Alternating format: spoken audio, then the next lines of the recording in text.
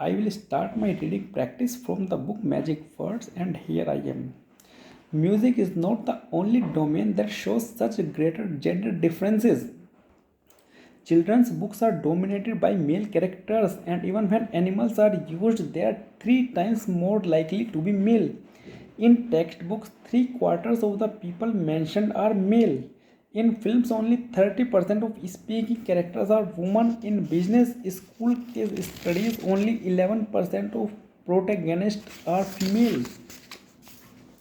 And it's not just who gets mentioned. When they are mentioned, men and women get talked about differently. When men and women are talked about in newspapers, men are more likely to have occupations like captain or boss, while women are more likely to have occupations like homemaker and receptionists. In movies, female characters talk less about things related to achievement, and in sports, female tennis players are twice as likely to be asked questions unrelated to tennis. Example, where they got their nails done. It's easy to blame individual people for this problem. After all, individual journalists picked individual people with different occupations, and individual reporters asked individual tennis players different questions. But aggregated together, these individual choices reveal a lot about the broader societies these individuals are a part of. Because if just a couple journalists or musicians were sexist, it would barely register. Those biased those biased mentions would be swamped by the much larger percentage of people who are more equitable.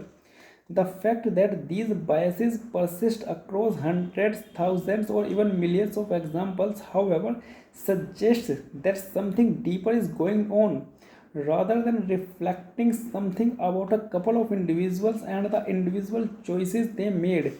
These linguistic breadcrumbs suggest the issues are much more actually ingrained, that there are entrenched ways of seeing and treating different groups of people that may be much tougher to change. And nowhere is this more visible than on issues of race, racism, and policing.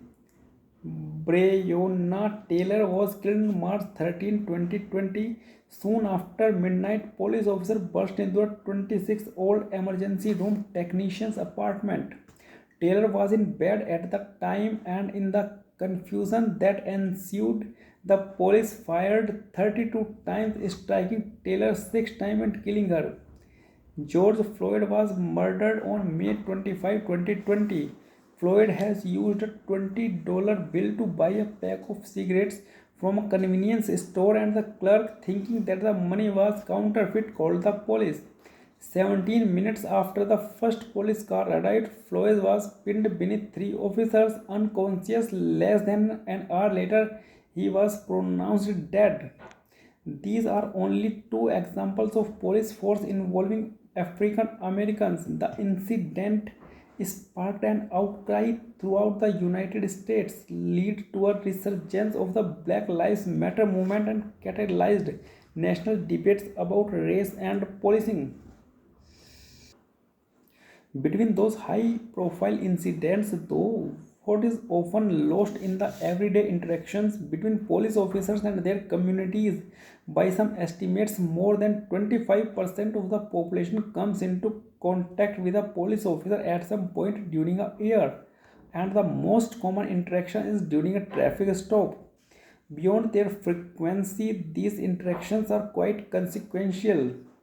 Each one is an opportunity to build public trust in police or erode it, to strengthen the bridge with the community or undermine it.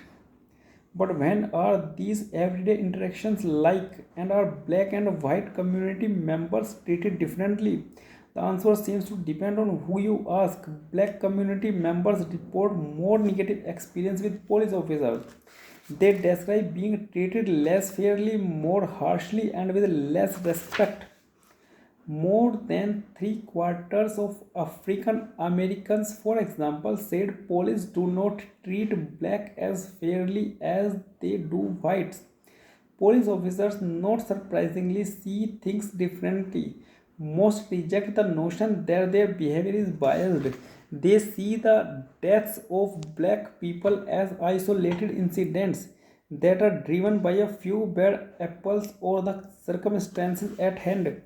Many believe that officers are simply targeting criminal behavior and thus, rather than being driven by bias, any differences in treatment are driven by racial differences in who is committing crimes. So, what's it? Thank you. That's it for the day.